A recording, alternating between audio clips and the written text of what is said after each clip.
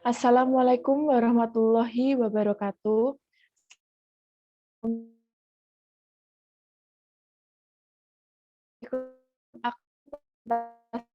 Tentang organisasi kurikulum.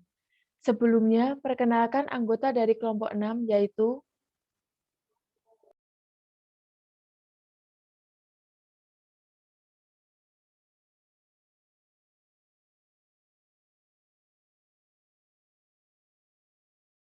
yang pertama, Noviana Anggita dengan NIM 12014200050. Yang kedua, Rizky Nathan dengan NIM 12014200055. Yang ketiga, Azahra Putri Jovanda dengan NIM 12014200067. Yang terakhir, saya sendiri Nimas Ayu Dewi dengan NIM 12014200073. Langsung saja kami akan memaparkan materi presentasinya sebagai berikut. Pengertian organisasi kurikulum. Organisasi kurikulum merupakan pola atau desain bahan kurikulum yang tujuannya untuk mempermudah siswa dalam mempelajari bahan pelajaran serta mempermudah siswa dalam melakukan kegiatan belajar, sehingga tujuan pembelajaran dapat dicapai secara efektif. Next. Pengertian organisasi kurikulum menurut ahli.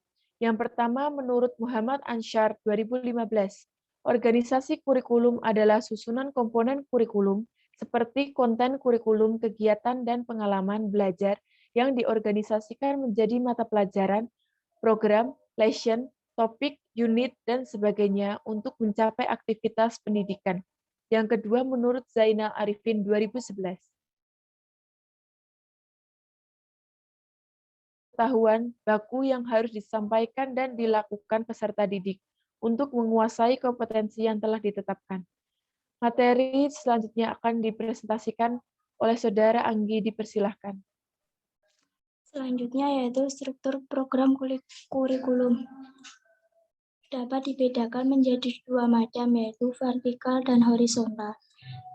Dimensi horizontal berkaitan dengan penyusunan dari lingkup isi kurikulum, sedangkan dimensi vertikal berkenaan dengan penyusunan sekuen bahan berdasarkan urutan tingkat kesukaran.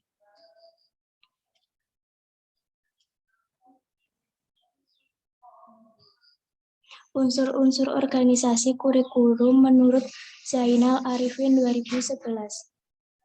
Yang pertama yaitu konsep. Konsep yaitu definisi secara singkat dari sekelompok fakta atau gejala. Konsep merupakan definisi dari apa yang perlu diamati. Konsep menentukan adanya hubungan empiris. Yang kedua, generalisasi. Membuat kesimpulan-kesimpulan yang jelas dari suatu fenomena di sekitarnya. Yang ketiga, keterampilan, yaitu kemampuan dalam merencanakan organisasi kurikulum dan digunakan sebagai dasar untuk menyusun program yang berkesinambungan. Yang keempat, yaitu nilai-nilai, yaitu norma atau kepercayaan yang diagungkan sesuatu yang bersifat absolut untuk mengendalikan perilaku. Faktor-faktor dalam organisasi kurikulum. Menurut Yudhataba 1962, organisasi kurikulum dapat dipandang sebagai one of the most potent factors in determining how learning proceeds. Berikut penjelasan dari faktor-faktor dalam organisasi kurikulum tersebut.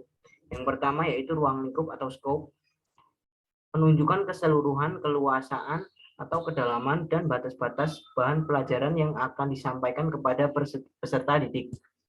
Pemilihan dan penentuan ruang lingkup bahan pelajaran tentunya yang pertama harus melibatkan para pakar kurikulum, pakar filsafat pendidikan, guru bidang studi, pakar psikologi, sosiologi. Yang berikutnya perlu mendapat masukan dari berbagai pihak sebagai bahan pertimbangan. Yang ketiga didukung oleh hasil penelitian yang relevan dan memadai. Yang berikutnya ada urutan atau sequences, menunjukkan keteraturan bahan yang akan disampaikan kepada peserta didik, di mana bahan yang harus disampaikan terlebih dahulu dan mana bahan yang akan dipelajari kemudian. Yang berikutnya kesinambungan atau continuity menunjukkan adanya peningkatan, pendalaman, dan perluasan bahan pelajaran sehingga peserta didik diharapkan dapat mempelajari bahan yang lebih kompleks. Dalam kurikulum spiral, faktor kesinambungan ini sangat diperhatikan. Untuk memantapkan kesinambungan kurikulum, perlu dibentuk tim khusus yang melibatkan para pengembang kurikulum dari SD sampai dengan perguruan tinggi. Yang berikutnya terpadu atau integrated. Faktor ini berangkat dari asumsi bahwa bidang-bidang kehidupan memerlukan pemecahan secara multidisiplin.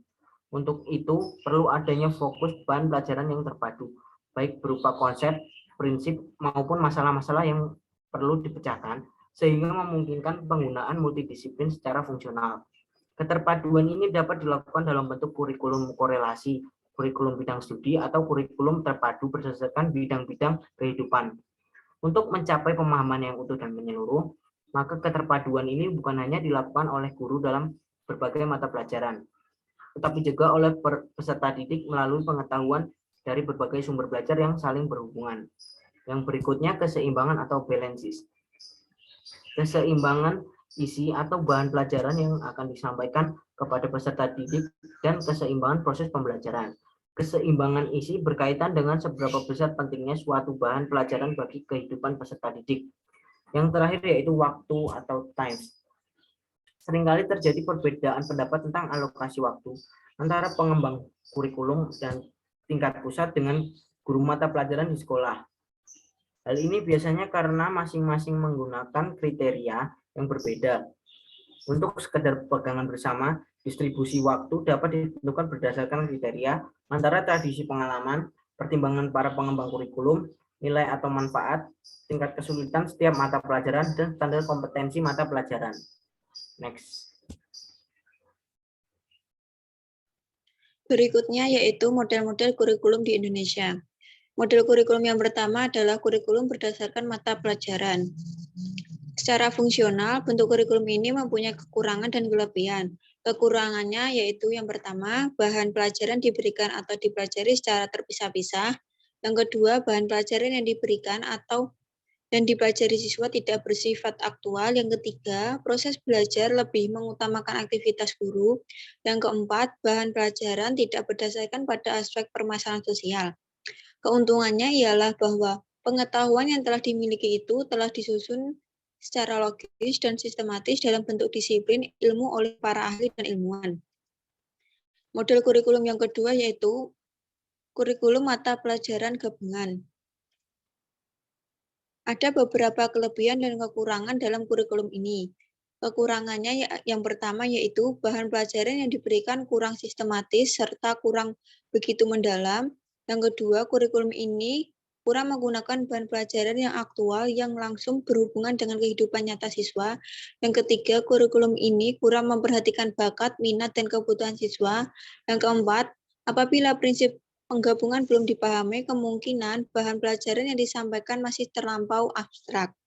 Sementara itu, kelebihan kurikulum ini adalah yang pertama, bahan bersifat korelasi walau sebatas beberapa mata pelajaran. Yang kedua, memberikan wawasan yang luas dalam lingkup atau bidang studi.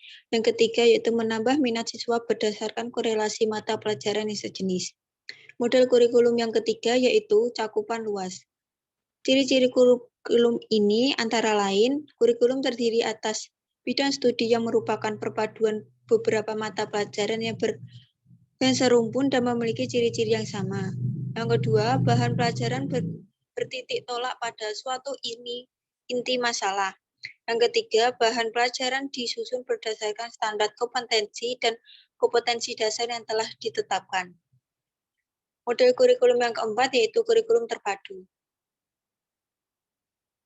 Pola kurikulum ini meniadakan batas antara berbagai mata pelajaran dan menyajikannya dalam bentuk unit atau keseluruhan. Dengan kebulatan bahan pelajaran yang diharapkan mampu membentuk kepribadian subjek didik yang integral, selaras dengan kehidupan sekitarnya.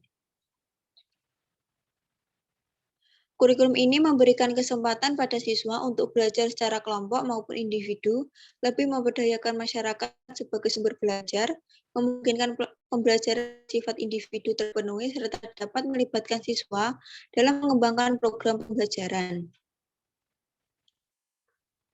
Model kurikulum yang kelima yaitu kurikulum inti. Kurikulum inti merupakan bagian dari kurikulum terpadu.